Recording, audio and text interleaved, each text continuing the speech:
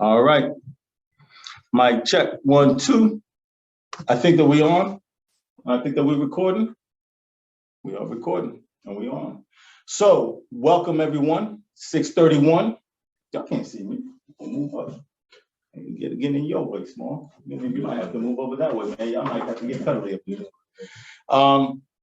Welcome everyone to Real People, Real Talk here at Meridian Psychotherapy. I am Salo Ortiz, your host. I am thankful that you guys joined us here online and here in person. We've got a great setup for tonight. I think it's more of a casual conversation. We've got an hour and a half to kind of talk.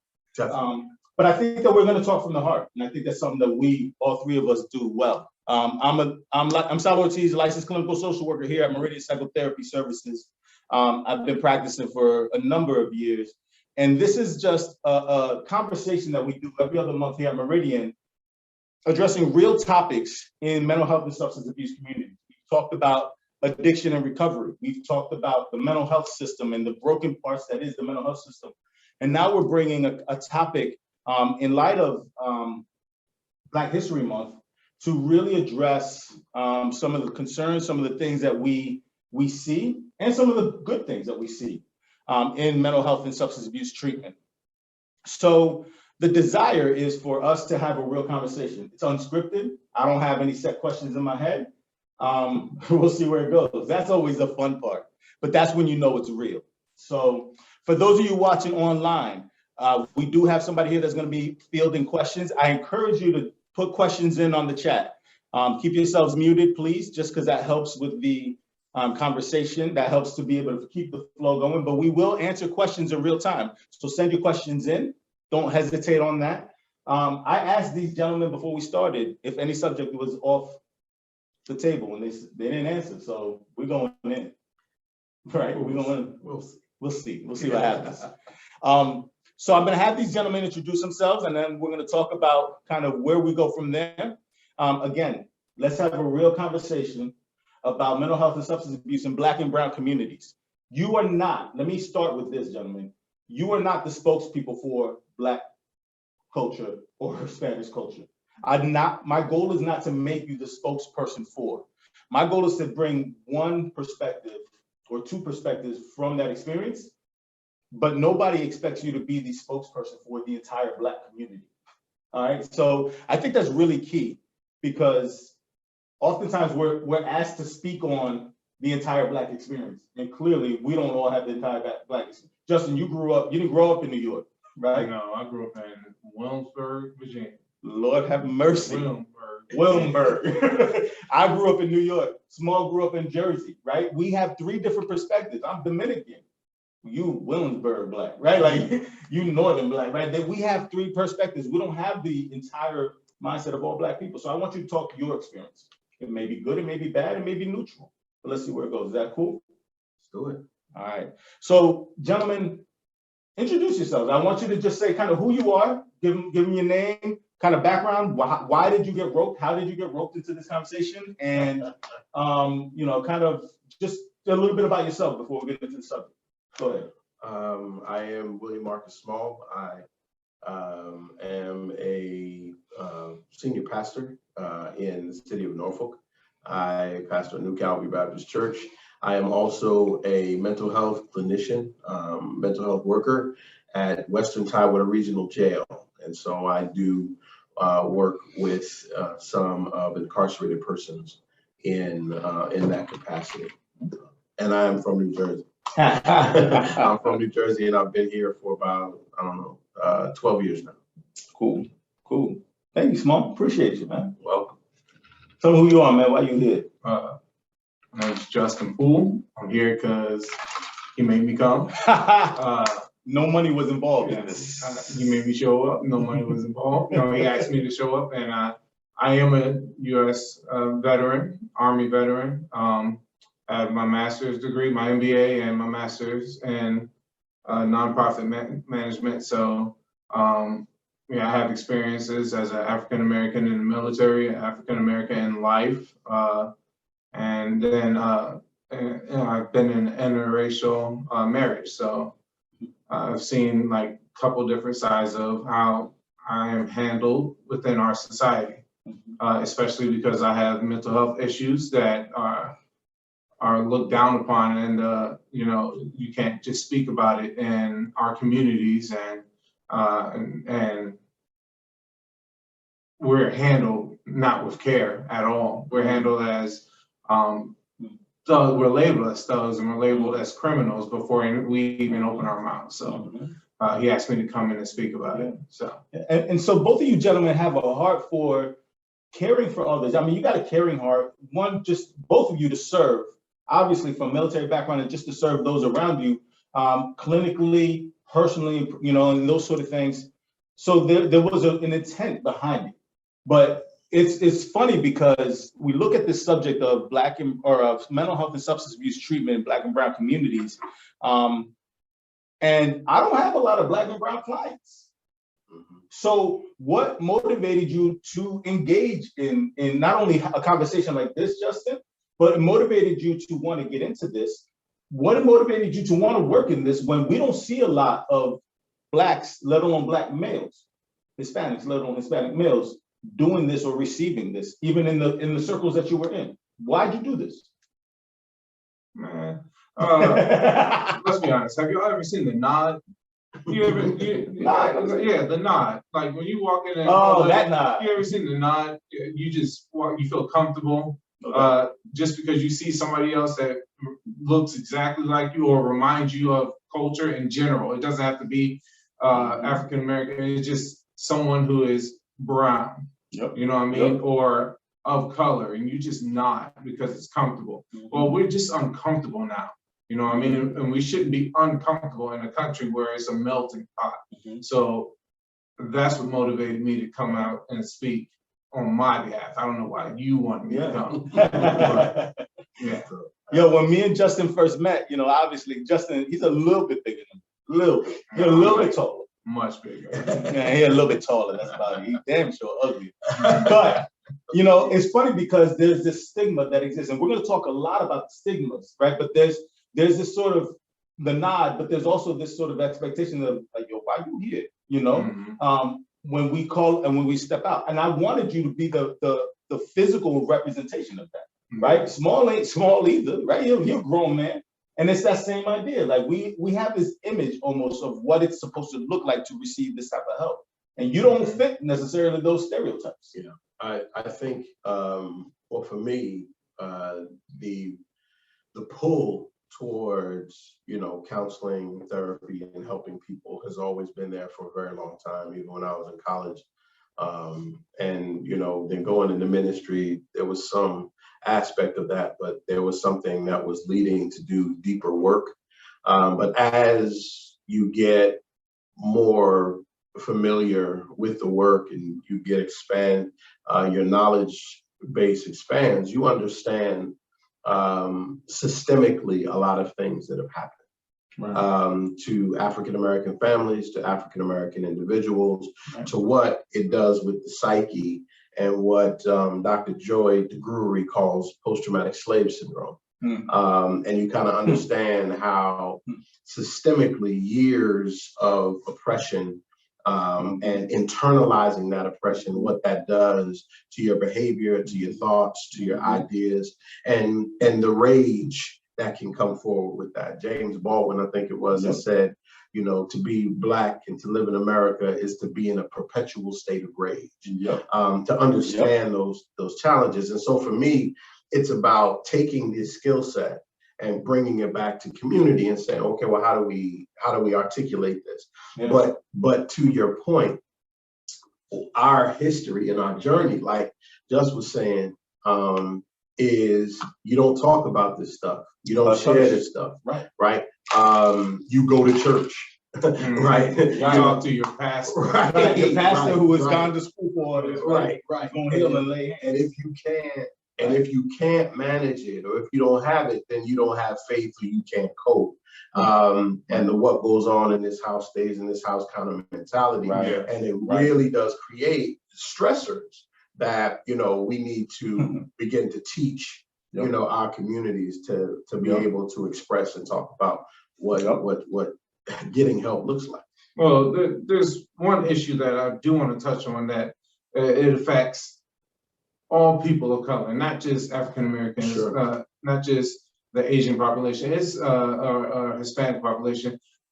We always pass down that you can't speak about issues outside of the house, like you said. Right. But the problem is you can also not speak about issues in the house. Did you ever notice that? You're right. No, you're right. You're right. You come to your parents, and your parents are like, listen, stop complaining. Back when we were doing stuff, it was harder for us. Yep. You haven't had a hard life yet. Yep. You know what I mean? I catch myself telling my kids, listen, your mom almost died giving birth to you, so Right. you don't have an excuse. Right, you ain't got to be nothing to sad complain right about. now, you know? Or So we do this sort of one-upping. yeah, we always try to one up the child, but the problem is my kids have never seen me cry. I never saw my grandfather cry until he lost his child or lost his brother. The problem is, as African American men or men of color across the board, we carry this heavy weight, this heavy burden of we're supposed to be a pillar for our families, and not just for our families, but for our communities. So that's what everybody wants to see us as, a pillar of communities. But when we're out in our communities, other people are seeing us as problems, as criminals. So not only are we having the weight of being the pillars of our community, we're also having the weight of being under the shoe of another community. And it does not matter either way. We have to hold in all this fear, all this aggression on both sides, and we have to be humble the entire time. You know what that does? That splits up your personalities. It causes you to compartmentalize, and you're not allowed to bring home, we call it leaving your hat on a dashboard in the military. You have to literally leave your job or leave your issues in your vehicle when you step in the house, and then leave your family life at the door, and when you get in your vehicle to go off to work, the gym, you know, the church, you're not allowed to bring all that stuff. And it's you have no one to talk to. But when you go out to talk to your friends sometimes can't handle all the stuff weight of the stuff you bring to them. And they're like, well, I didn't sign up for this. Like, what you think we have B-Dub. Look at that. You know what I mean? We talk about this at halftime. So let me ask you this, because I'm gonna go to talking about Black male strength. I'm gonna go to the rage and the anger. But let me ask you this: what's been your experience? So we have the lived experience that is being in this skin, right? The skin I'm in, sort of thing. But what's been your experience in the mental health and substance abuse treatment community? What has been your experience, both good and bad? Because you're right, these are the experiences at home and in the community. But all right, let me ask the Robert, what gives you the right to speak on it if you ain't walked through it, right? It's a whole sort of walk a mile in my shoes sort of thing. What's been your experience in the mental health and substance abuse community from a treatment provider perspective, regardless? Well, as somebody who works in a jail, correction facility, and I don't even know if we want to call it that, because I don't know, there's very little correction that goes on. But to watch what happens, and I keep going back to this, but to watch what happens systemically, right? That when you process somebody and you watch them, and we've talked about this before, you process and you say, okay, well, listen, what have you been diagnosed with? Oh, I've been diagnosed with major depression, been diagnosed with bipolar, been diagnosed with blah, blah, blah, blah. And you say, okay, well, what kind of medication are you on? I'm not taking anything right. Okay, well, how long have you been off of it, right? And they say, oh, I've been 2-3 years, I've been taking it.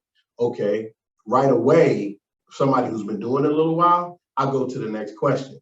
Okay, well, what are you taking on the street? Oh, well, I do heroin, or I There's a self-medicating component. Right, the self-medication that takes place. And as a result of the self-medication, then there is a situation to where they find themselves, doing things that are illegal, which puts them in places of incarceration. And so it becomes very, very, it's systemic. The connections are made very, very real. And so, But why does that affect you personally? Well, because what's the personal component for you? What skin in the game is it for you? Because that's their experience, not yours. No, but to see the pattern continue. Gotcha. Right? Gotcha. To see the pattern continually brings challenge to a whole bunch of different levels, right? That the prison industrial complex is not the place for people with mental health situations. That's not the thing to do. You know, and how we can then begin to have a conversation to have people who are better prepared or better equipped to, you know, to do that and to address those things. Gotcha. In Norfolk, several years ago, a fellow by the name of Lawrence Spain, who was a resident at a senior health place, was killed by a Norfolk police officer. And that situation would have been different had there been a mental health person there to deal with that, and not somebody who's not trained, a police person, you know, it's not trained to do that. But because we're talking about the hood, we're talking about a senior housing, we're talking about a Black man who happened to be 7 years old. Yeah, it's over police and underfunded. Right, you know. So we find ourselves in this kind of situation, and so there's a lot of layers to it. There's a thinking small that, like, the thought is, here's why that question was almost provocative in nature, right? Because there's this sort of thinking that, look, if you ain't walking a mile in my shoes because you ain't crazy, or you ain't getting high and then recover or whatever, you don't know. But there's a systemic sort of participation, right? Just because of your skin you're in, there's so many stigmas, so many things that automatically makes you a part of this lived experience. Go ahead, Justin. I know. Go ahead, man. Go ahead. It's about the humanity of the situation when you haven't lived it, which is what you were probably trying to touch on. Yeah. Is the humanity of the situation. It's sort of like seeing somebody who's homeless. Right. You walk by them every day. Right. If you're the type of person that just walks by them and ignores them, then you don't have any humanity in you. You're just a narcissist. You know what I mean? But as I said to my wife, most people who have mental health issues, like myself, has a little bit of narcissism in them. Explain. What do you mean? What do you mean? I care about myself, okay? But I hold myself to a high esteem for some reason. I don't see myself hurting myself, but yet I get into situations where I will cause harm to myself, or to people around me. But at the same time, I have homicidal tendencies and homicidal thoughts. And so, often by default, suicidal. And often by default, suicidal thoughts, which you've had phone calls about. I've seen angels. I've seen all the negative things, the devils and the demons, and I have self-medicated. I went 6 months without therapy because of the fact that the VA cut off funding for me. You know, I mean, 6 months without it, to the point where I had a bullet and a gun in my hand, and I was going to take my own life. And my wife had to call you and say, "Hey, there is something wrong now. I've been calling for a while to get this handled." Listen, at the end of the day, I've walked a mile. I've walked 100 miles. In my shoes. I done been through a couple shoes on this. When they first diagnosed me, they diagnosed me with PTSD, multiple personalities, narcissism, all of these different things. And they said, when they tested me, they said, "There's no way you could be off the charts like this. There's something, you're faking it. You're faking it." Wow. They said, "You can't have PTSD from a phone call." No doubt. Is what they said. Because I sat there and I watched my wife get stabbed over 25 times while I was deployed by a different soldier when she was 9 months pregnant. They said, "There's no way you can have PTSD from a phone call when you were millions of miles away or thousands of miles away." And I was like, "Cool, that's cool, but that's not where all the PTSD came from. It came from when I flew back here. Y'all put me in an interrogation room and asked me if I had anything to do with it." That's instead of rushing me to the life-saving surgery she was having. And it also comes from, you don't walk a mile in my own shoes. You didn't take the time to walk, right? And so people tell you, well, you don't have this based on the book, or you don't have this based on whatever, or based on what I see. But you ain't walked in my shoes. It's not about walking a mile in my shoes. You don't even take the time to get to know me. To walk a mile in my shoes, to walk a mile beside my shoes. And see, but see, Justin's point, that is for those who are watching, that is the issue that creates the tension with being a person of color in this country. Right. So this man can be thousands of miles away, and his wife can get attacked, and he is dismissed by what he feels. Right now, and we can say that if that happened to a white person, to say that, all of the attention in the world would be given to his care, and to say, oh, he genuinely feels something because the love of his life has been attacked. And he's genuinely experienced something. And but for us, historically, when we look at that, when we look at statistics of African American women and that are given medications and not given medications because it is believed that they have a higher threshold of pain. All kinds of insanity and all kinds of crazy things that suggest that the Black body can get dismissed very, very easily. And if the Black body can get dismissed, what happens to the Black thought? Dismissed, but also built differently, because it was always assumed that it was built in an animalistic sort of primal sort of way. Right. So this dates back. Yeah, this is the problem that y'all are forgetting is that Black women carry the Eve gene. So therefore, they do know that they are superior in that aspect because they can birth any color of nationality. Wow. It can't be done by any other race. So not race, excuse me. By any other person. Let me ask you guys this. Because this is what we've alluded to for some of it. Let's go into it. There's a stigma, there's a thought that mental illness or substance abuse as a result is a sign of weakness. There's this sort of stigma that calls for Justin's strength, Marcus's strength in communities, in households, in places of color, and then to acknowledge that I have a mental illness, acknowledge that I struggle with suicidal thoughts, to acknowledge that there is almost this incarceration thought that I'm on meds, or I'm not taking those meds, but there's this sort of necessity to have this strength, this perceived strength in Black culture, in Black males, in men of color, myself being included in Hispanic, right? And so you have this fight, like you talked about, Justin, these foot in two worlds, but you have this sort of stigma or this expectation that you're supposed to be strong, but there's also this expectation that if you admit or you acknowledge that you have a struggle or a mental illness, you're a weakness. How do you balance those two? Because you're too strong. I've known y'all for years, right? I know y'all too. And I know myself in my journey. This is a sign of strength, but how do you convince a community of people of color around you and your families and those you interact with that this is strength, not weakness, because it's seen as weakness? Yeah, I think you have to define what strength is, right? That strength is not just the ability to carry, to grin and bear, and to not declare, but strength is also the ability to declare where your limit is, right? That is self-preservation, right? To say where I have had enough, or I cannot, or I need help with this, or this is what I am not good with. Just a quick example. I tell my people all the time, the people that I'm fortunate enough to pastor, I say, it is not my assignment to know everything, but it is my assignment to know the people who don't know what I don't know. Right. That to me is a sign of strength. Right. I am faking strength when I act like I can do it all. Right. You see what I'm saying? Or act like you can carry it all. That's the thing.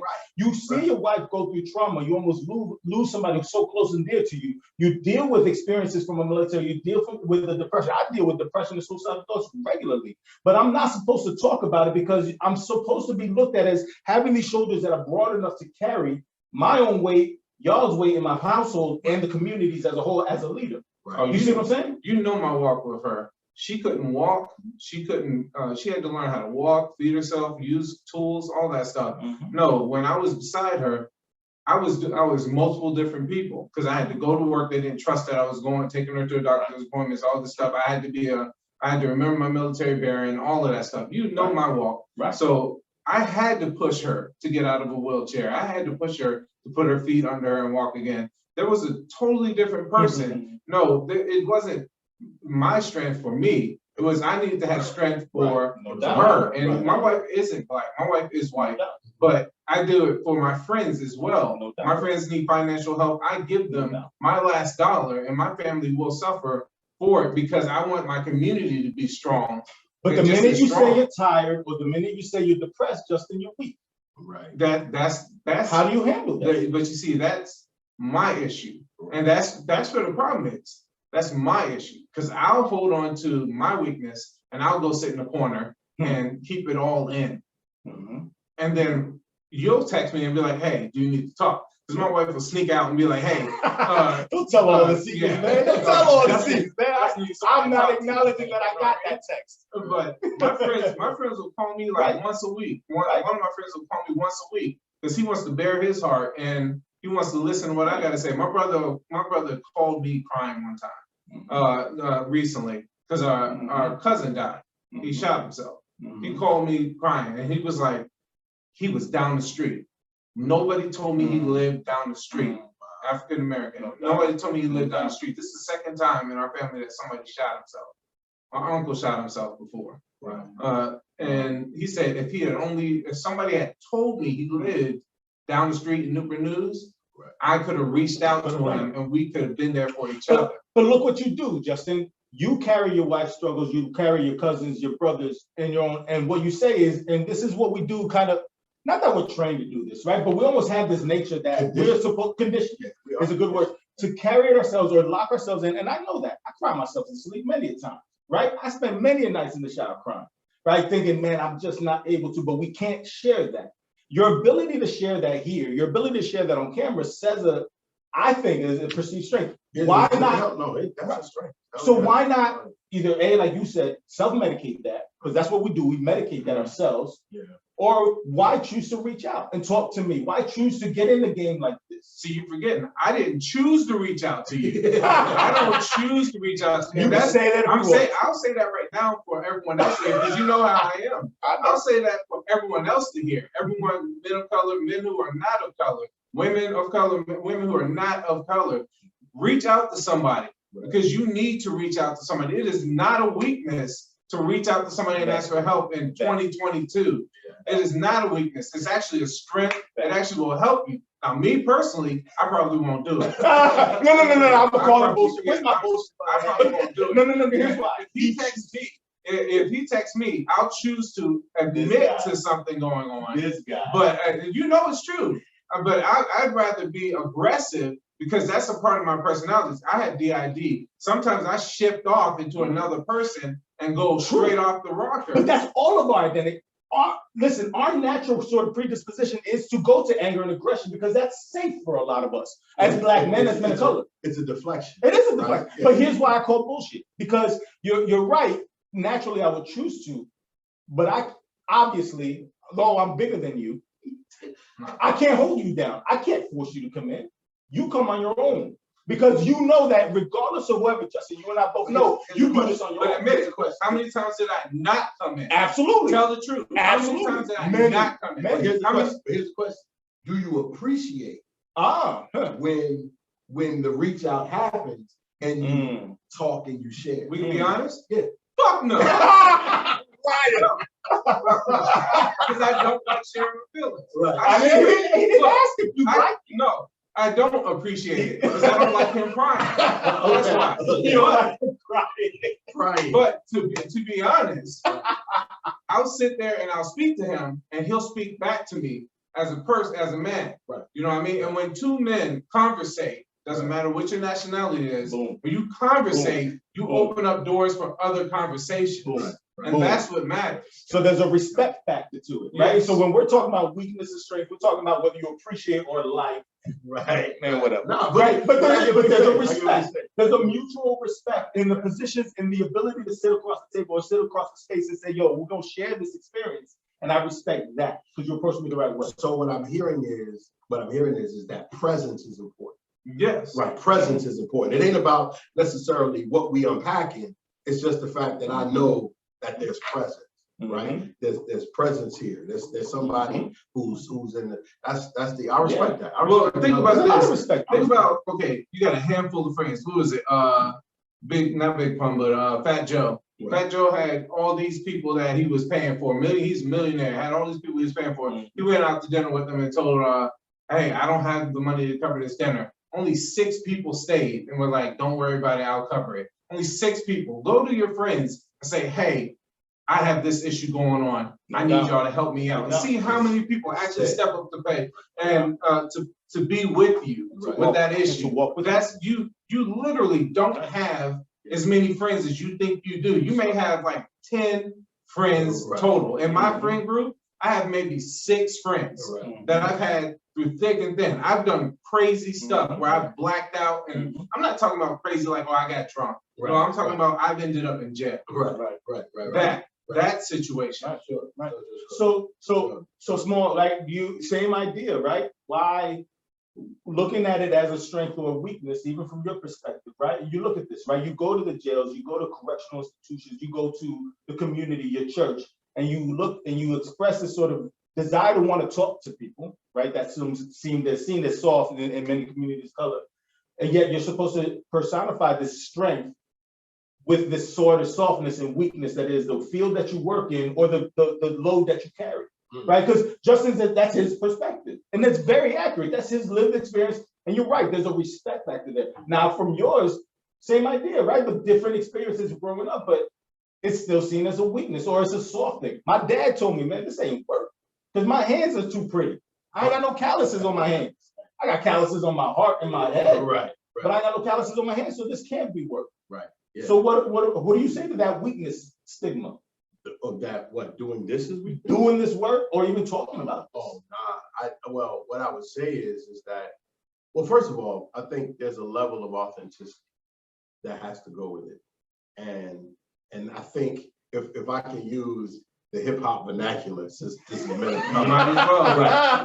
Real recognize real. I knew it would come as real recognize real. And so, you know, that one of the things that in jail, when I'm talking to somebody, you know, there is a honest factor. Yo, is this dude keeping it 100 or is he, you know, trying to run game? And so I think people respect that. You know what I'm saying? They respect the realness. Yeah, they respect the authenticity of what it is you're doing. Okay. And so I've kind of always been that person. You know what I'm saying? I've always kind of been that. You know, I could rock with you, I could not rock with you. You know what I'm saying? I could, you know, I know I'm a pastor, whatever. I can pray for you, I can pray over you. How you want to do it? Right. You know what I'm saying? I've always had that with me. You know what I'm saying?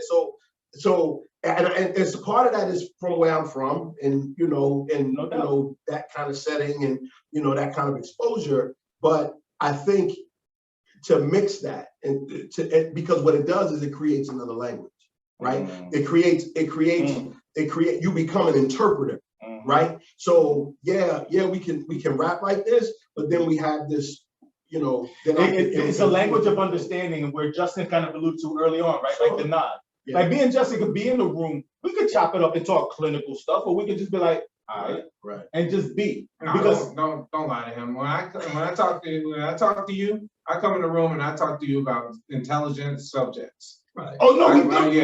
Hands down, you do. Yeah, we don't have to, because let's just be real. Just because now I want to take the humorous route, right? Because the Cowboys ain't an intelligent subject. So let's just be real on that. Wow. But you didn't know what an NFT was. Real talk. I'll hold that. Right, but here's the thing: because of the language of understanding and experience and respect, it's those sort of things. That what I'm hearing is there's a layer of respect and strength that comes that you personify walking through this, doing this in a real level, that real recognized real that you're showing enough. Right, Joel Ortiz has a song about anxiety. Man, that wouldn't have been cool 20 years ago, 30 years ago.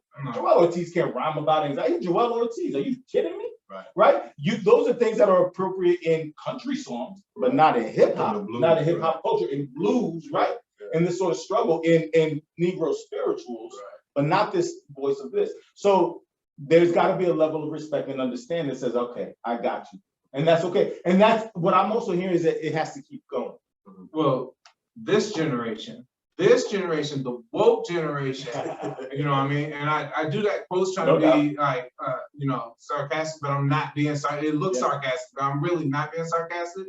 they look at life a little bit different. Me and my wife were talking about the fact that they look at marriage a little bit different as well. You know what I mean? If they're not happy in marriage, they're not going to stick it out because, oh, the kids, or, oh, this is what my parents did. They were unhappy in marriage, all this stuff. My son is super sensitive, like sensitive. And I don't say that in a negative way. I mean, like sensitive. Hugs, still kissing me on the mouth. I don't see anything wrong with that. I don't. Absolutely. He is 6 years old. He is super sensitive, and I don't know how to handle it.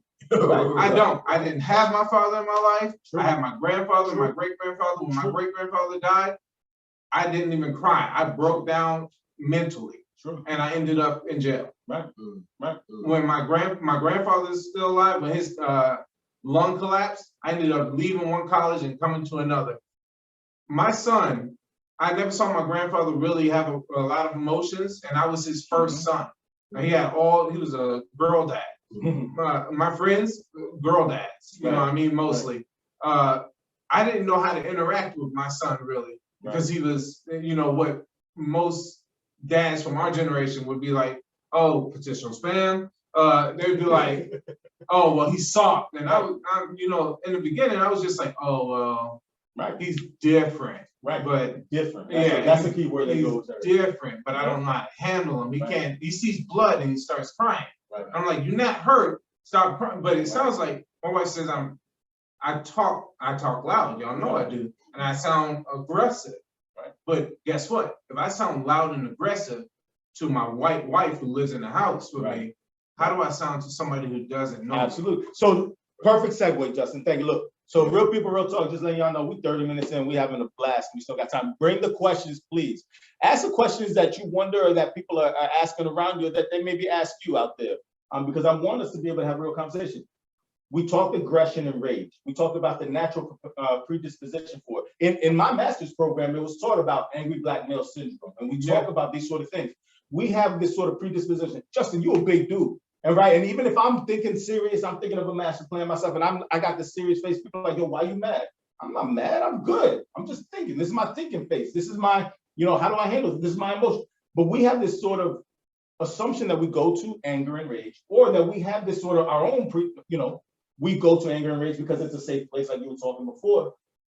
Why aren't the other emotions safe? Why isn't sadness or joy or jealousy or safe for us or safe for other people? Good question. Good question. No, that's the real question. Why when people look at us, no doubt, they think, okay, it's easier to handle a angry black man because we know how to, or angry man of color, because we know how to handle that. No doubt. We can take him down. And we almost expect we can kill that we almost person. expect that. We know exactly how to notice I said man of color, period.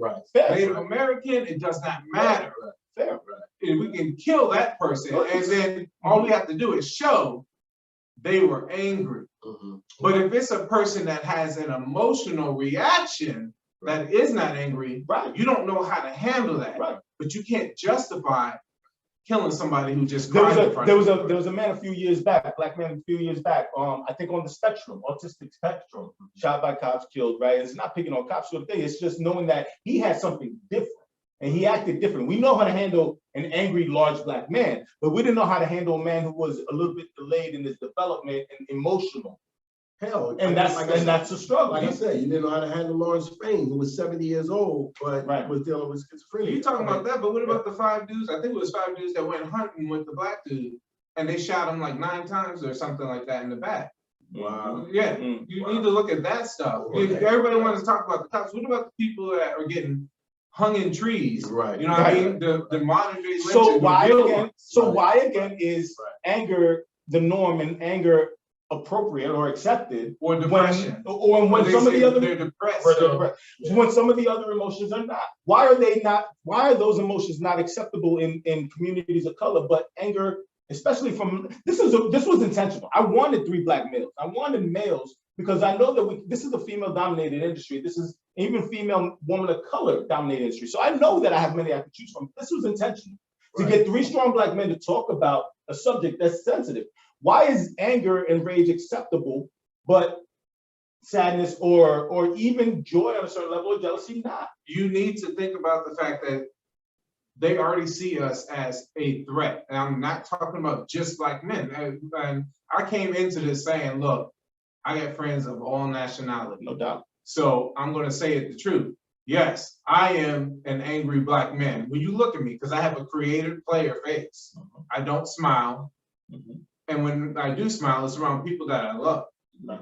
If you're not funny, I'm not going to laugh. Right. So when you look at me, I look angry. When I talk, I sound angry. Right. But I could just be having a regular conversation with you. Absolutely. When these people see me, they automatically get defensive. I've had a police officer tell me, and this is the one, okay, this is a phrase that really irks everybody with mental health. I don't care if you admit to it or not, calm down. Right. Calm down. Joe Budden has a song called "Calm Down," right? Yeah. And there's a lot of that reference. Yo, calm down. Yeah. And we hear that a lot. It's hear not it just all the time. it's not just mental people with mental health issues. It's Men people of color. People of color. People of Absolutely. color. Because what's the first thing they say to you? Calm down. That is their defense mechanism and a way to make you look like you're doing something you're not supposed to. Calm down. But no, when they say calm down to me, it's saying let's get turned up. Right. You know what I mean?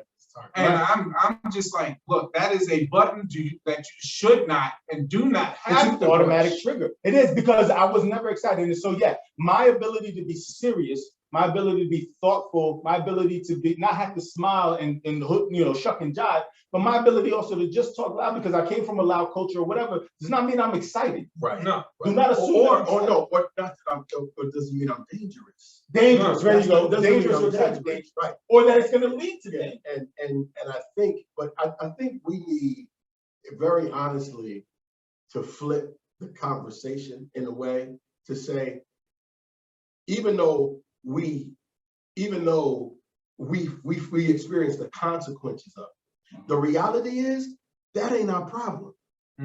How you interpret, how I say, That's your issue. Not I mine. just gave you my license. Right. How you interpret that ain't my problem. Right. I don't give a damn if you like the fact that I'm not smiling at you or that I'm unhappy. There's a level of professionalism that you ought to have, right, in the situation that you have with other people. Right. Listen, But you don't have it. listen, angry black man.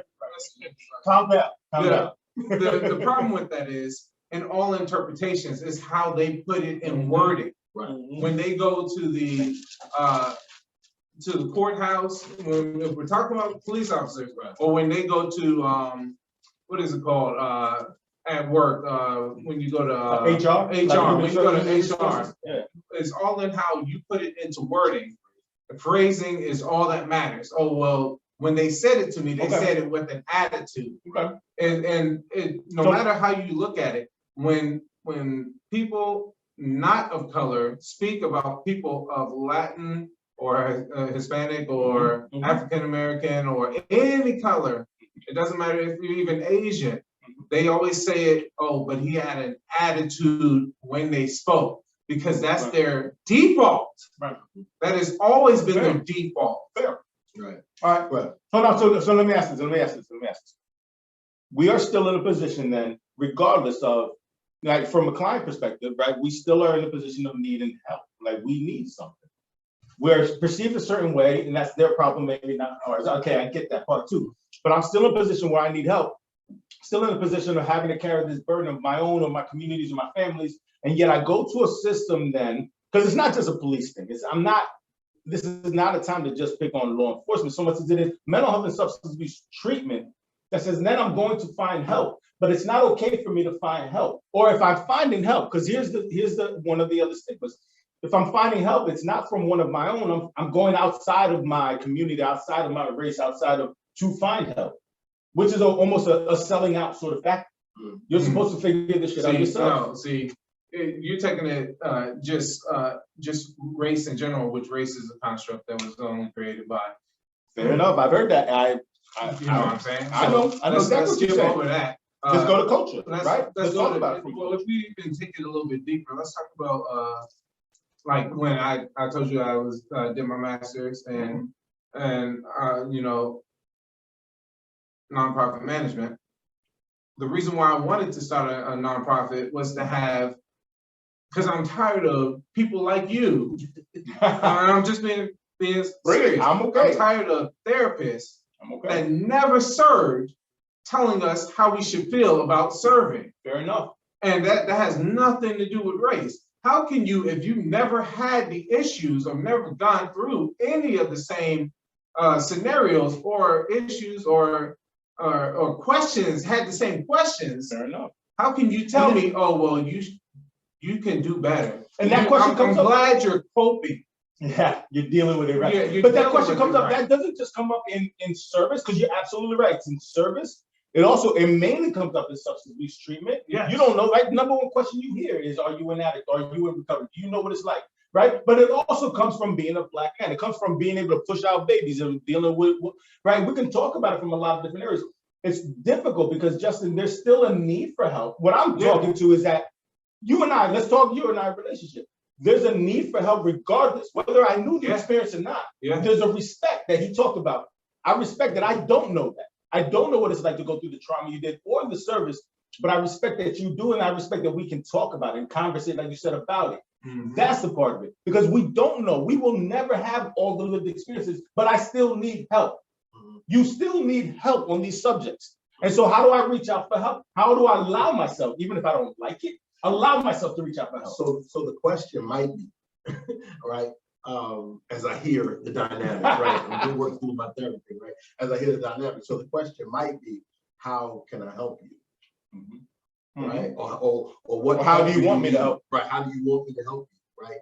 What is it that you need? And I think we would get a whole lot further in a lot of different places if that was the question. Wait. So I was like, gonna say, what you said is exactly what we went through, because for the first 3 to 6 months that we met, I told you to shut the fuck up. Every single time. And I said I didn't need to talk to you. No. You really want to be real? First session we had, you were like, this isn't gonna end well. And the response was, this is gonna be a hell of a dance. I told you this isn't going to end well. You said this is gonna be a hell of a dance, and I said I will fuck you up. And I said, excuse our language, but this is real. This is exactly. I'm not lying. This was like I wasn't there.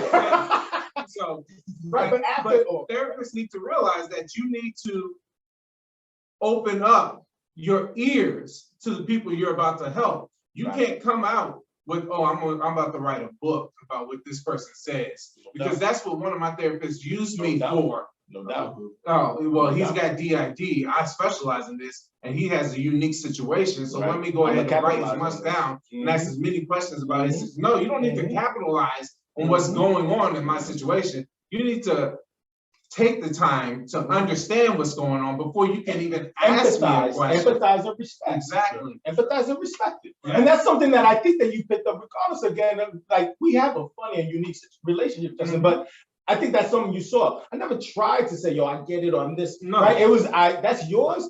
That sucks. Bet we're here. Well, you see, here's the perfect example. I only had 2 therapists that I enjoyed working with, and you were the only other one. And that's why we've been together for what, 2.5 years? Yeah. And to be honest with you, you never tried to say that you related to any of my situations. Absolutely. That is the most important thing. If you're a therapist and you have never been on the other side of it, you don't need to say you can relate. Absolutely. Well said. Damn well said. Hell yeah. And I'm not. I think this is important to say for those who are watching. This is incredibly important in conversations of all service service areas. Right. Like this is one of the issues we have in the church. Like when we talk about, okay, what we gonna do? What we gonna do in our community? What we gonna do in the community? I say we gotta ask them. Yeah, right. Stop saying, yo, we're gonna do this and they're gonna be good with it. They're gonna come and do it. Because that's one of the weaknesses, almost certain things. It's almost a trigger word, right? I didn't ask you for help. I didn't ask you. I just came to be able to conversate to it to walk with. Yeah. Right. But to say that I need to assume that I need help, to assume that you were the right one for it, right? And to assume that you are the gateway to make it happen. There you go. Almost, if I can use this word, almost speaks to a place of privilege, despite color. You know what I'm Yeah. saying? Yeah. It almost Yeah, speaks to yeah. a place of privilege. Hell It's yeah. almost like Classism. right. Like I Classism, know absolutely. I know what you need, right? Absolutely. No, okay, you understand the theory, right? The Absolutely. skill is how do you apply this thing in So a way maybe to where that's you why- empower the individual to do what needs So to be maybe done. that's why we see in communities of color a sort of self-medicating, a sort of self-care that says, look, I don't need your privilege. I don't need you to step in and rescue, save, help. I'm gonna take care of this myself, even if it's No. unhealthy. What you because see I is was- distrust. This I was What you see is distrust. right there. That's That's exactly what you what that is. It is a mistrust Yeah. of what is taking place. Think about Yeah. every project that has come to the hood or come to people of color, not just African Americans, No. people of color has always had on the back end who's gotten the wealthiest off of it. Right. And what is it gonna ultimately cost you? Right. What is it ultimately going to cost you? Right. Kind of like the affordable housing that's supposed to happen in Ohio right now, and that's why Dave Chappelle did whatever the heck he was going to do. Right. It wasn't Right. affordable housing. It was going to start off at $300,000 and go up to $600,000 when affordable housing was supposed to be $150,000.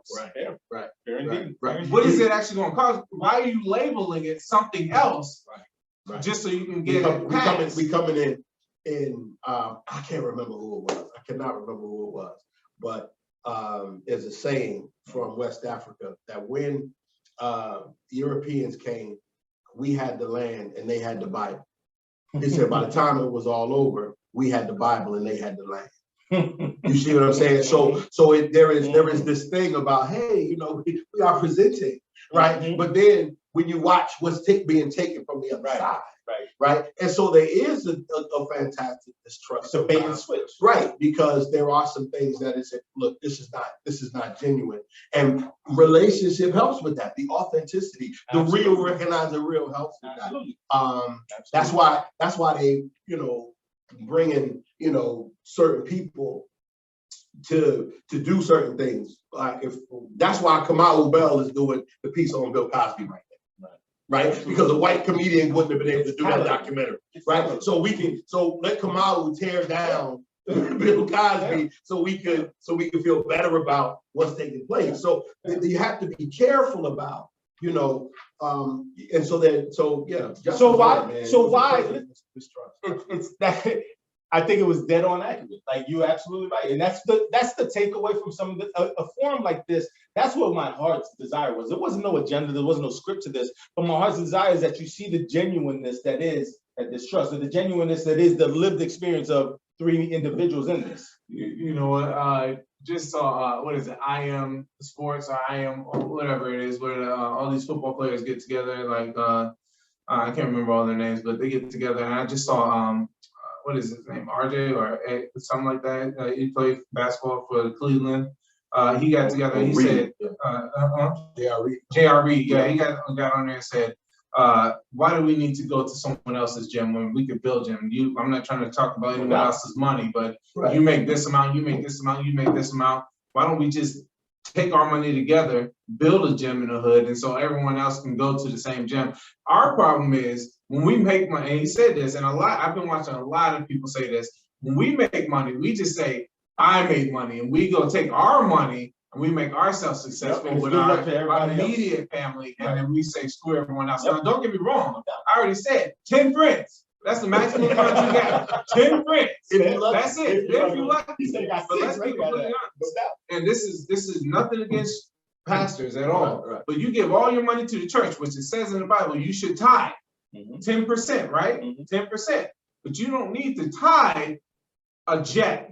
You don't need to give them a jet, Right. Okay? Second of all, if you're going to tithe 10%, what they can do is they can start helping you start programs where all these people who are giving all these tithes can start programs to start building up the wealth in the community. You don't just have to. But my experience, Justin, is that there's an immediate distrust even within the community. If we bring the same conversation to his church, or the same conversation to the hood, or the same conversation to a majority Black community or Hispanic community, they'll be like, nah, you up to something. Because this is almost this mindset that says, not just was there a bait and switch from outsiders. It is conditioned. But we've been conditioned since we were like, hey, come across the Atlantic. Right, Come across right. the Atlantic. From the We've been Atlantic conditioned to the since then, and plantation. they tell us to get Right. over it. And yes, But I why agree. is there a distrust You should- within our own? That's the problem. Right, because I've been It's doing not- this. I've been doing this. Well, think about it. He's doing Think it about now. it. They put drugs on the corner, we sell it to each other. And then we talk about, well, there's a problem.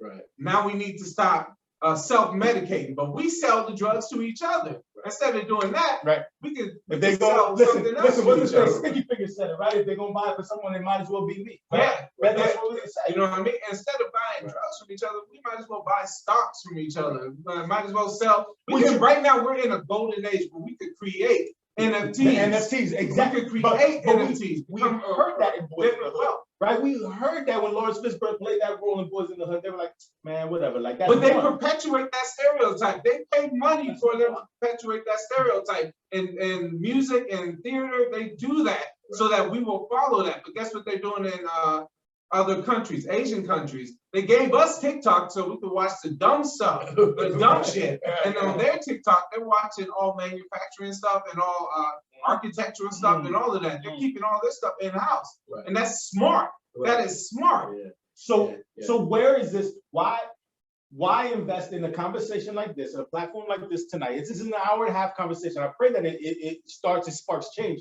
But why invest in something that's almost seeming, defeated already before it even starts? We're having a knowledgeable, intelligent conversation about a serious topic about mental health and substance abuse treatment in Black and brown communities, and we're just three men. I know I'm gonna take over the world, no doubt. I know y'all are gonna do it too. No, But it's gonna take time. This dude, you gonna manage my NFTs. We're doing this together. But why engage in a conversation like this if we almost feel like it's already done before starting? I think there has to be a very real sense of, and I used the word earlier, there has to be a level of empowerment that speaks to coin Gandhi's phrase, to be the change that you want to see. Because of the pattern of distrust, there's been a history of kind of waiting to see what happens and just take care of your own. And I think that we have to talk about what it means to be proactive and the necessity of that proactiveness. I was talking to my dad last night. My brothers, there's three of us, my brothers, we call my father every night, every Tuesday night, and just kind of catch up. And he was saying he never thought at 81 years old, he said he never thought that we as African Americans would be in this place, right? And what he meant by to talk about the voting legislation that took place and those changes that took place in the 50s, 60s, and 70s, to watch them erode to where we are at the brink of almost losing those voting privileges again through the different kind of manipulations. He was like, I never thought that I would see this. And so we have to talk about what it is to be consistent, right? And to be proactive in that, because it is not, and this isn't for a people, this is for systems. It is not a thing for systems to, if systems don't die or stop being wrong or evil just because they lost the battle, right? Systems are consistent. The oligarchy is consistent. It's what makes it a system. Right. It's consistent, it's perpetual. So just because there's a victory does not mean that there's reason to lack and step back. There has to be a constant, because if you don't, there will become new ways in which we circumvent this thing, and we'll do it different ways. And so slavery ends, but then we come up with Black codes, and we come up with ways to incarcerate people for free labor, and then we end up, with segregational things, and then we end up with voting issues, and then we end up here, and now we end up with, communities of blight. You know what I mean? So they're perpetual moves that we need to talk about are consistent. And just because, like just said, just because we shot the 3-pointer, or just because we made the album and we made it to a place of residence, right? To a place of residence, it does not mean that as a collective, the struggle is over, and that's a part of that we really have to be mindful. I think, well said. I think, I was not naive to think that in setting this up during Black History Month and all that this would all of a sudden, you know, we were joking about this going viral right before we started, Justin, right? Like, I was not it's about the No, dough. you were joking. I was like, nah, it's not right. I just take that as a challenge. But I was not naive to think that this all of a sudden was going to spark the interest of blah, blah, blah, and change the direction of the ship, right? I know that, my hope is, but I'm not so naive to think that this one conversation, an hour and a half tonight with us three gentlemen doing this, is going to all of a sudden, it's my desire, but I'm not naive enough to think that this is all it takes. No. So then what's the takeaway? Why do we sit here and have this conversation on camera? I want to be completely honest with you. Have you not been up to this point? Yeah, no, yeah. And so y'all know I am nothing but honest, which is why people. That's why I asked you to be here. Yeah, that's why I asked you to be here. People, it's either you like me or you don't like me, because I'm going to be honest no matter what, which is what I think everyone should be. You shouldn't lie about how you feel. No doubt. That's what got us to where we were about 20, 30 years ago, because no one would be completely honest. Right. Look, to be honest with you, I feel like I came only because if I can change the way one person looks at the situation, Right. that's what will matter. I want to leave a footprint for one person. Right. That's it. Right. If they can look at their situation and say, hey, my mental health means something, I need to go ahead and get out of the darkness, Yes. I need to ask for help, then that's all that really matters. Because I'm not going to change thousands of people's lives with my story. I could, maybe that's God's plan for me, but right now, I can't even get out of bed my daggone self. Right. You know what I mean? It's Real a struggle real for talk. me. We talked about it multiple times. It's a struggle for me to get up and take a shower. It's a struggle for me to remember to brush my teeth. Sometimes when I think I'm exercising and I'm just laying in the bed. Right. Right. These are the things that happens to me. Right. You know what I mean? I could be walking and I'm walking off of muscle memory. Right. I'll be ended up in a whole nother place. Absolutely. Look, I'm not going to change my mental health overnight. But if I can get someone to admit that they're having a mental health crisis, or not even that, if you're getting to the point where you have neglected yourself, Right. and you want to reach out, but you don't know how, then this is your opportunity to do it now. You need to reach out. And if you can't find the right therapist for you, then keep searching. Don't stick by somebody who won't stick by you. Facts. Hell yeah. Absolutely. Well, that's exactly what it. Look, this was not like when we did this for Meridian. It wasn't to promote Meridian, get more clients. We're on the waiting list. We don't need clients. It's not about that. You need to find help. You need to keep asking. You need to get what you need, because this is about yourself. This is about you growing and strengthening yourself. And if you can see one person doing that, and you look at that stuff, and they look like you, they have the size, they have the loudness, they have the depth that you do, the knowledge and experience. Oh shit, maybe I can do this too. Yeah. Right. Yeah, and hold on real quick. And right now, there's a program out that the government has going on where you can get free therapy. What is it? Telecommunications. Telehealth right now. So don't let anybody tell you you can't get therapy right now. Don't let anybody tell you Instagram, that. Tell your friends. On Instagram, there's a group called Therapy for Black Men, right? And you follow them, but they have free therapy for Black men. You just contact them, and they've contacted therapists throughout the country. Okay. You contact them. This is on Instagram, right? So don't tell me that you this is for old people. Don't tell me that this ain't on IG, right? You can find this. Don't tell me that ain't no help. Absolutely, Justin. Absolutely. I mean, you know, it takes a minute, right? It takes time to get rapport. It takes Right? time. It takes a minute to get You got to be willing to take time. No doubt. Right. I mean, you gotta. it's not gonna happen over. Right. I told you it took me like 6 months before I even really spoke to you. Before we really had a hard talk. Exactly. Right. Even So, then. Now, because it's it's love. because it's love. But I think that's a major part of it to really talk about just one person at a time, right? You hit me with the African proverb, right? How do you eat the elephant? You know what I'm saying? One bite at a time. Right. So if change starts based upon example, You know what I'm saying? And I think Justin's example of saying, yo, I've been through it. I've been through a lot and I'm still here trying to do the best I can with it.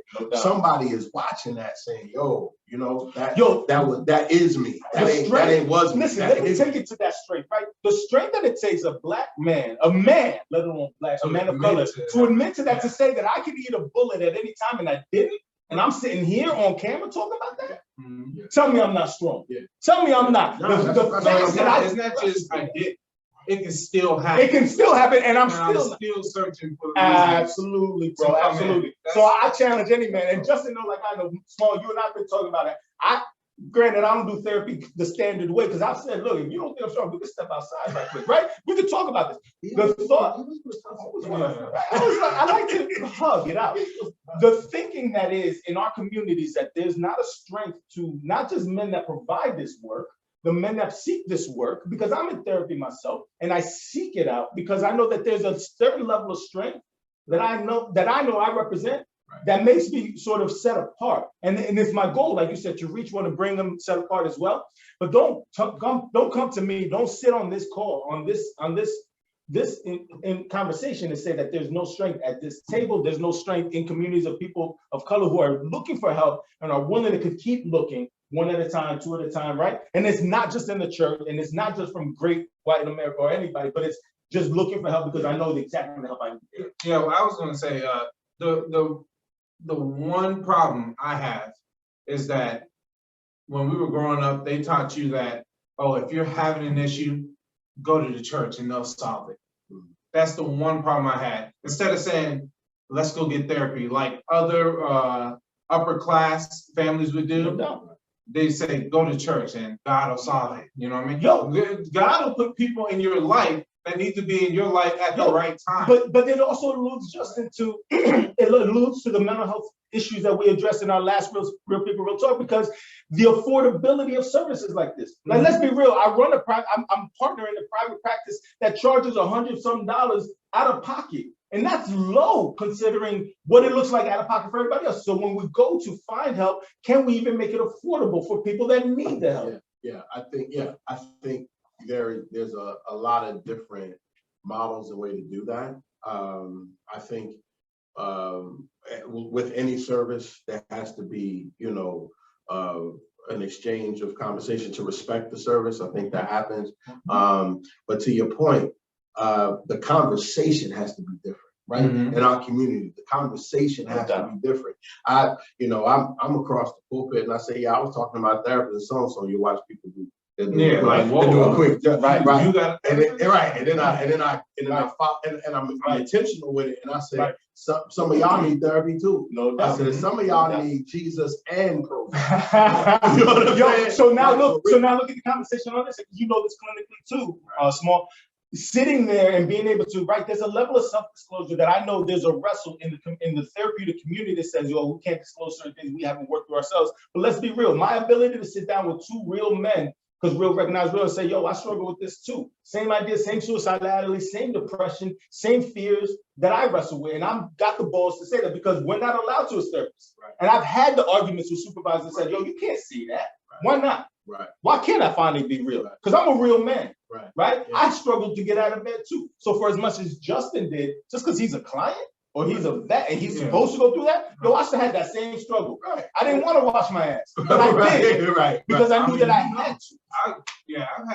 I've had issues. No doubt. But the fact that we could come across the table, again, it's a matter of respect. We can sit at a table and say, bro, I ain't no different. It's not that I identify with you or I understand, I relate. I got my own. And we can talk about them together and say, I got mine, you got yours. That's respect. Let's keep riding. But we're told sometimes that we can't acknowledge. In the cipher, that's called building, right? We build in the cipher, right? So we can bring the same thing, and I'm not trying to one up you. We just sharing the same. We just sharing. I mean, would you go to an AA meeting and listen to somebody stand up and say, you're all doing bad. You know what I mean? I never had those issues.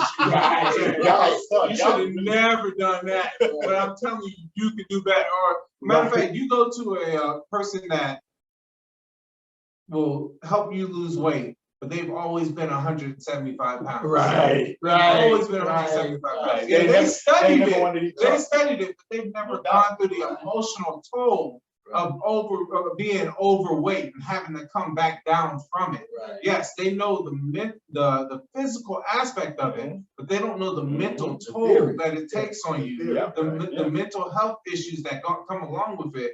The torment you get from people talking about you. That bathing suit that you can't wear in the summer because you're afraid of what it might look like on the beach. I know, I'm big. I'm 316 pounds, and I don't want to take my shirt off now. You know? No doubt. So, no doubt. I'm just saying. There's the respect. Like, I think those were the takeaways. When we started the conversation, gentlemen, with stigma and sort of segregation, there's this respect and there's the humility and the respect that comes from the conversation. Says, yo, I respect where you're coming from. It don't have to be my exact journey, but there's a respect here because you're willing to share that part of it, right? And another word to say is the vulnerability, right? There's transparency and there's vulnerability. Your willingness to be vulnerable, say, yo, I wrestle with these things, and these are real life wrestles, is me being vulnerable enough to allow you the strength and to be vulnerable yourself, right? And it don't mean that we have to have the answers for each other, but it means that we're taking this journey together. We're taking this journey to have the conversation to say, yo, if it, as a result, grabs one person and helps them to find help for themselves, bet. I think it's important that you were vulnerable with me. You know what I mean? Because if you hadn't been vulnerable with me about some of the things that you go through, I wouldn't have been vulnerable at all because I would have saw you as a threat, just like I see everyone else as a threat. But you hitting it on the head. Yeah, because that's what it is. Because society, you know, the society we live in. Let's be honest, the society we live in preys on what is declared weakness. Right. It looks to devour and consume it, and it comes at it in a different way. Right. And you know, that's why, you know, this is just my thing. That's why, you know, these reality shows, you know, they celebrate ignorance, right? So you can be as ignorant as you want, right? Because you're looking strong, right?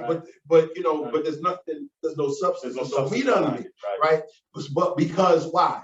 Strength, loud, whatever, foolish, whatever being seen, it gets celebrated, right? Whereas somebody's just like, yo, I'm trying to tell you this is where I am, that gets dismissed. And so we do come in with the guard, particularly as men of color. We do come with the guard, right? We doing it like this. We watching the room. You know what I'm saying? We seeing who coming in. We seeing who coming out. You know, my wife always says, we go to a restaurant to eat. My wife always says, you know, she goes to sit down, you know, and she sits sits with her back to the door. And she said, because I know you don't like with your back to the door. I said, yeah, that's true. For all y'all who know me, that's not just my own issue. Y'all see this, right? Y'all see this.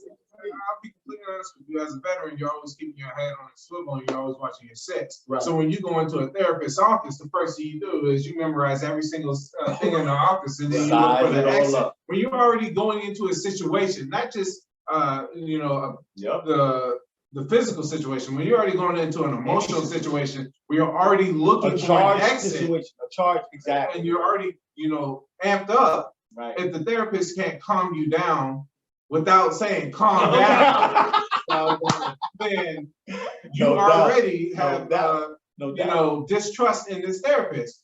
If you can't trust the therapist after a period of time, then you should not be working with this therapist. Absolutely. And if you as a therapist cannot yourself calm down and come down to a point of, right? I don't need to put the mask on. Let's change that. If you as a therapist can't relax. Relax.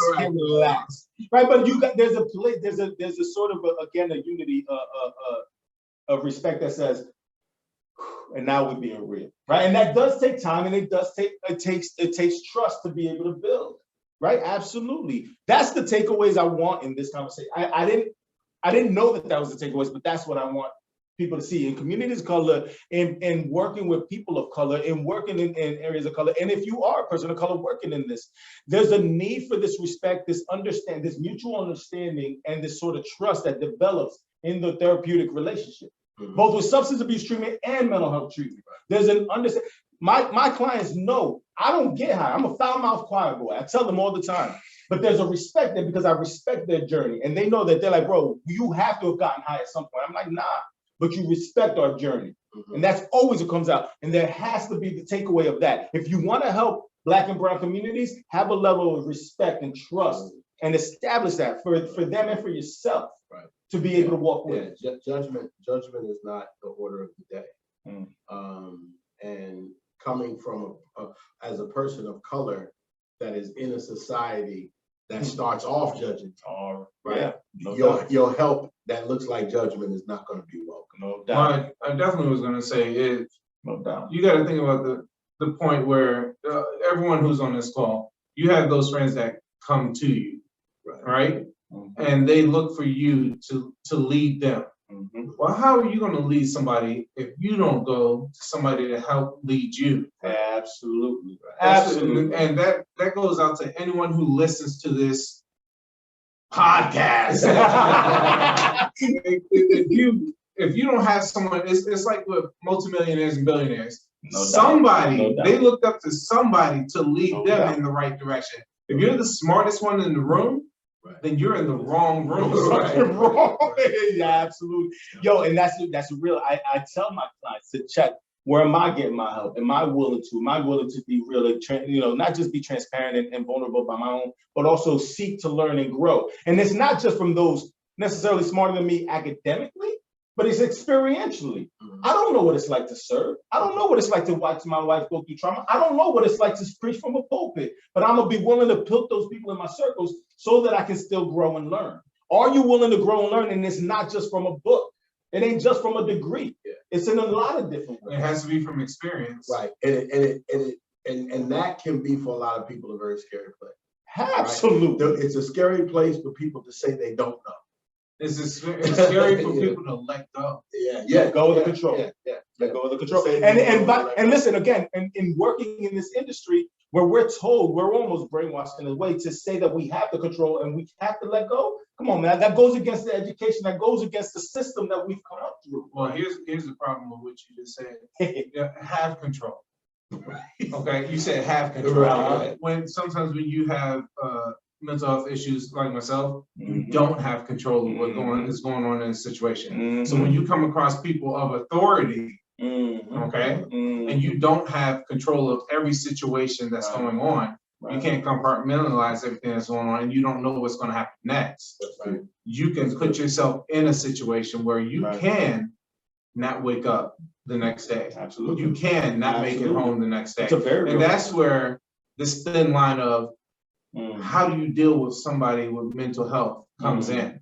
Not just in the Black community, not just in the brown community, in the community in general. Absolutely. Because you can't just have people of authority showing up with weapons to deal with people with mental health issues. We have to have a different entity involved with mental health that you can call. We have emergency responders.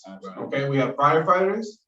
We have emergency responders that help resuscitate you. We have police authority. You know what I mean? We need something for mental health. A phone number to call for that. And I'm glad you said that, Justin. There's a lot of legislation now. It's become more normalized, more allowable to be able to talk about the resources that are for mental health. Right, we're talking on the basic levels of private practices like ours, community service boards, right, in your local jurisdictions and cities, but even sort of helplines, lifelines that you can call, and they are available. Killing me, bro. Why? Because they are there. We're gonna keep talking about legislation until I turn white and black. Okay? That's what's gonna happen. We're gonna keep doing that. But we can go into COVID, right? And we can shut down the entire freaking nation and then send out $2,500 checks every month to everyone. But we can't sit there and put together a program across the nation to help save lives for mentally health, mentally people with mental health issues, so that they can have someone to come out to them in place of police, with an emergency response. I had the conversation with them 2 months ago, Justin. You're absolutely right. 3 months ago. Had the conversation. Why does the money get tied up in legislation? Why does it get tied up in systems sort of thing? This is the systems work that you're talking about. Maybe part of the reason that we get involved in a system like this small is because we now have a voice to be able. I had that call. I set that call up because I had this opportunity. You're right. Anybody could do a podcast or whatever, but I got a little voice. And I'm not just loud, but I got a little influence. I've been doing this for a little. little bit, calm down, right? So now I got to use that voice. But you're right. Why is it tied up? Why is it more affordable or more accessible to something like COVID than it is to, right? But then maybe that's the point of this conversation, is that we continue to have this conversation until somebody listens, or until I get enough followers, likes, or whatever, then I can make that shit happen. Do you know what happened with the ambulance? The ambulance was created because police, doctors and police wouldn't come into the Black and brown communities to help save lives. So a group of African Americans grabbed a vehicle and started going into Black and brown communities to save lives. And that's how that whole, program started. And now they made it nationwide, okay? That's how it started. I'm sorry to tell you this, but we can start as small as you want. Don't give a shit. You can start as small as you want. But they need to go ahead and stop with the legislation stuff. Like I said before, it's all in who's gonna get money on the back end. You gotta put money in politicians' pockets. No, it shouldn't matter anymore. They're talking about we're gonna have a national coin for Bitcoin for us to follow, that banks are gonna all join in and have, right? Because the paper dollar is going away. You know, you gotta get smarter. I'm sorry. But yeah, like I didn't know all this. No, he didn't. They got all this time to do all of that, but they can't simplify the fact that you need to take care of the people that are having these emotional breakdowns right now, going through all the stuff that they just went through between 2019 and 2022. Absolutely. Absolutely. Absolutely. There's no way. Here's why. Here's some of the reason, right? Without going too deep into it, some of the reason why is a lot of the money, the financial, the Bitcoin, the whatever, are objective, tangible sort of things. Something so subjective as mental illness, as your brain and how it operates in these sort of fluid things are hard to really form. And people have a hard time getting behind something that they can't form. How do you say that every 6'5" Black man is gonna struggle with this, and so we need to put money behind this too? Because that's not true.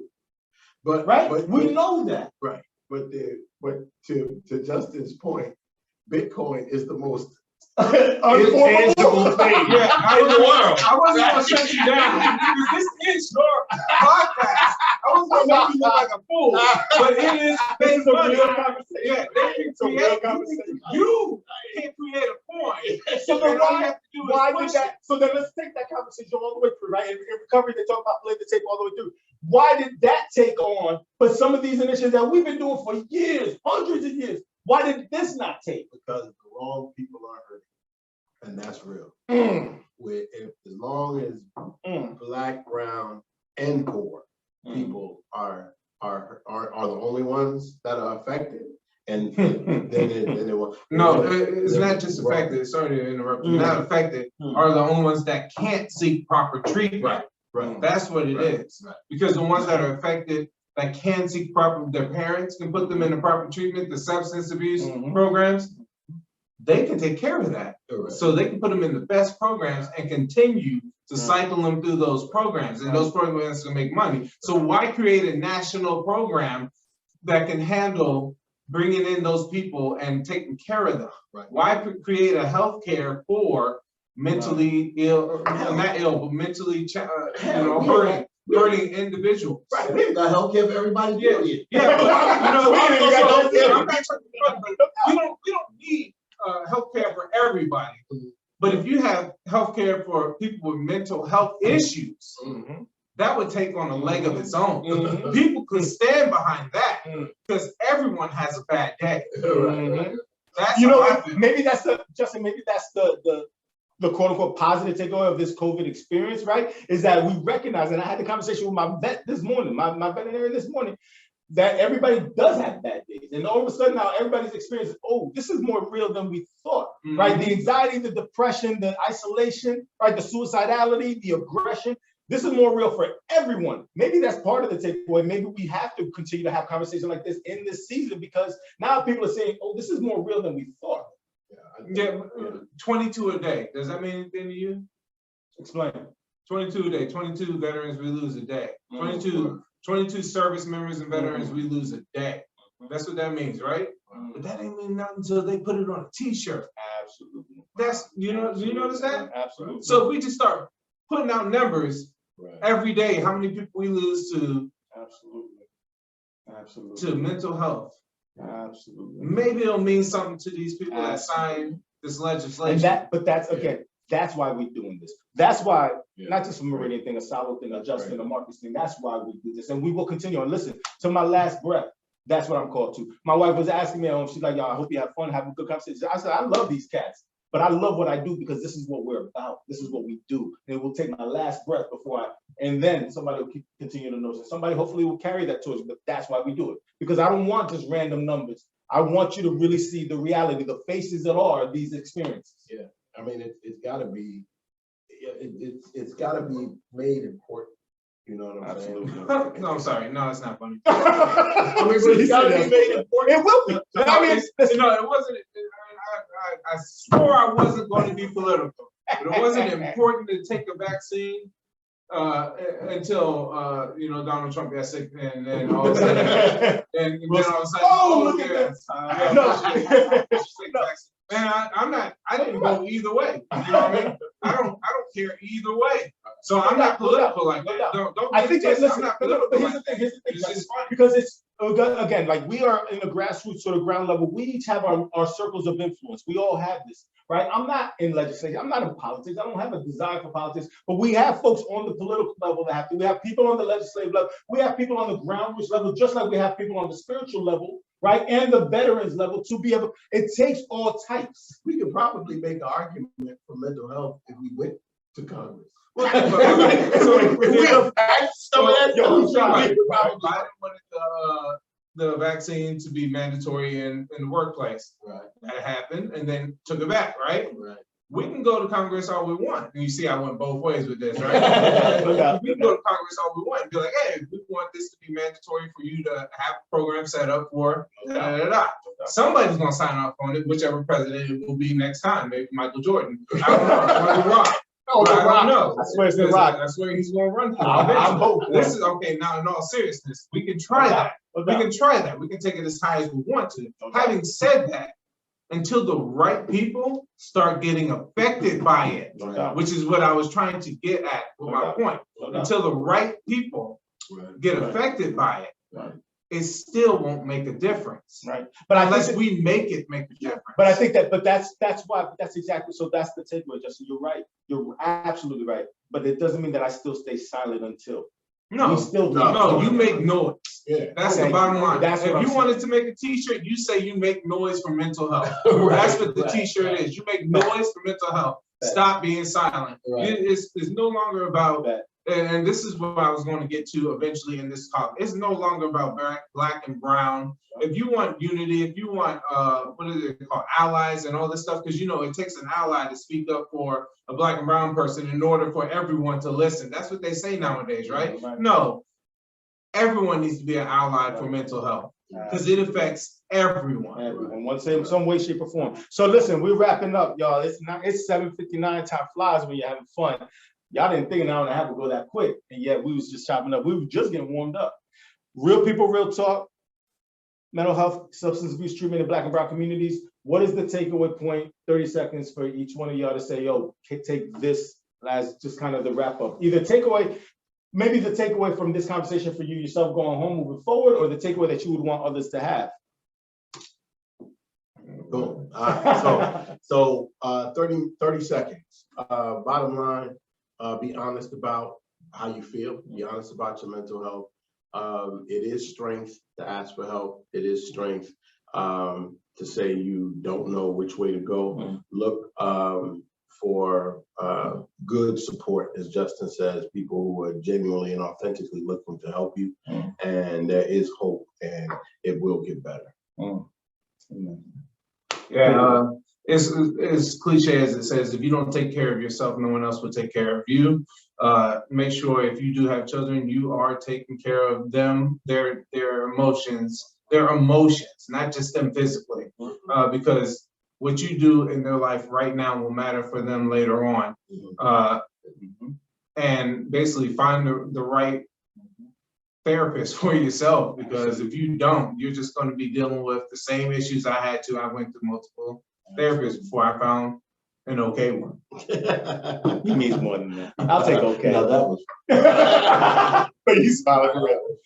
Listen, the takeaway from me, man, it's about respect, building trust, building an environment that allows for the conversations to continue to happen. And like Justin said so eloquently, right? Not that you can relate, but that you're willing to listen and walk with and empathize and do that. And that's what we hope to do in this platform. That's what we hope to do at this practice. That's what I pray that you find out there for both mental health and substance abuse, that you make noise and you continue to make noise until it's heard by somebody, and somebody that cares enough to come alongside does the work, and that we can continue to. Bring the questions. Keep the questions coming. We'll post this on YouTube, sometime soon. And keep the questions coming. This is Meridian Psychotherapy Services. Find a place, find somebody around you, ask the questions. Link up with us in our email, give us a call, come to Virginia Beach. I don't care, something. But I respect these gentlemen like crazy. The willingness to be transparent and vulnerable on a camera with some people you don't know, and people that would just kind of, I think, really just engaged by the fact that you're willing to have the conversation. And that's much respect, much respect. I will say this, noise is power. So just putting that out there. Yo, in the wise words, bring the noise. TM, the t-shirts coming.